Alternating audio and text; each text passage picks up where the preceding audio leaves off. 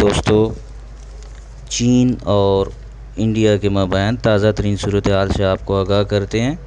چینی فوج کے آفیشلز نے دعویٰ کیا ہے کہ 19 سے 20 کلومیٹر لداخ کے اندر وہ پہنچ چکے ہیں، اور جہاں پر انہوں نے 40 کے قریب چوکیاں بھی قائم کر لی ہیں۔ یہ چینی افواج کا دعویٰ ہے، اور انہوں نے یہ بھی کہا ہے کہ جدید ترین اسلحہ اور ساز و سامان بھی ان کے پاس موجود ہیں، جبکہ بھارت کی طرف سے مسلسل پسپائی اختیار کی جا رہی ہے اور کچھ فوجیوں کو گرفتار بھی کر لیا گیا۔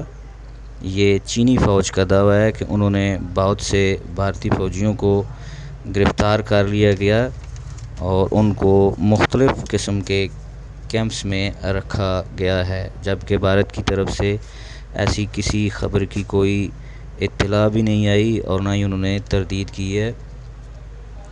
جبکہ بھارت جو ہے وہ 3 اطراف سے گھیرے میں ہے اور ان کو کچھ سمجھ نہیں آ رہا کہ کیا کیا جائے۔ بھارت نے اس وقت انتہائی مصیبت میں گرفتار ہے، اور ان کے آرمی کے تجزیہ کاروں کا کہنا ہے کہ بین الاقوامی سطح پر اس مسئلے کو اٹھایا جائے، کیونکہ فوجی لحاظ سے چین کی طاقت کا مقابلہ کرنا انتہائی مشکل ہے۔ اس لیے بھارت کے جو تجزیہ کار ہیں، ٹی وی پر بیٹھے ہوئے ہیں، جو کہ میڈیا پر ہیں، ان کا اپنی حکومت اور فوج کو یہ مشورہ اور یہ تجزیہ کہ چین کے اس جارحانہ رویے کے لیے بین الاقوامی سطح پر اور سفارتی سطح پر آواز اٹھائی جائے، مختلف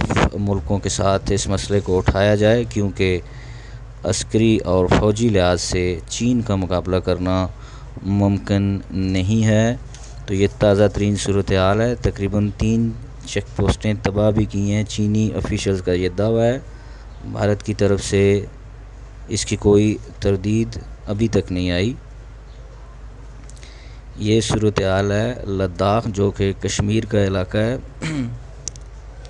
اور یہاں پر چینی افواج کا کہنا ہے کہ بھارت لداخ کے اندر کسی قسم کے تعمیراتی منصوبے کو شروع نہ کرے، اور جو کوئی منصوبہ شروع کیا ہے اس کو فی الفور بند کر دیا جائے، جبکہ بھارت نے چین کے اس دعوے کو مسترد کر دیا۔ مزید صورتحال اگلی ویڈیو میں آپ کو دکھائی جائے گی۔ ہمارا یوٹیوب چینل آپ سبسکرائب کیجیے۔